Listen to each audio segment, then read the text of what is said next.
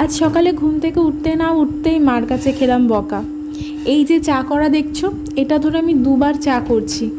আজকে রীতিমতো জানো তো, সকাল সকাল ঘুম থেকে উঠেছি, উঠে ভাবলাম ঠিক আছে দোকানে বসবো, ফ্রেশ হয়ে দোকানের দিকে গেছি, গিয়ে দেখি ছোটো ভাই দোকানে বসেছে। তাই আর সেখানে না বসে ভাবলাম বাড়ি যাই, গিয়ে একটু চা করি, অনেক দিন চা করে খাওয়া হয় না। তো রীতিমতো রান্নাঘরে এসে চা বসিয়েছি, ভাবলাম কি যে চা বসাতে বসাতে অন্য কাজ করব।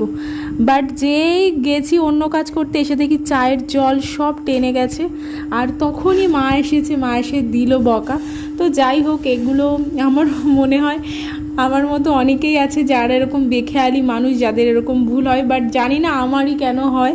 তো এরকম সপ্তাহে আর নাহলে 2-3 বার এরকম কাণ্ড আমি করেই থাকি, স্পেশালি রান্নাঘরে গিয়ে। তার জন্য আরও মার কাছে বেশি বকা খাই, কারণ উনুনের কাছে গিয়ে যদি এরকম কাণ্ড করি তাহলে মা বেশি রেগে যায়, কারণ কখন কি দুর্ঘটনা ঘটে যায়। তো যাই হোক, সকাল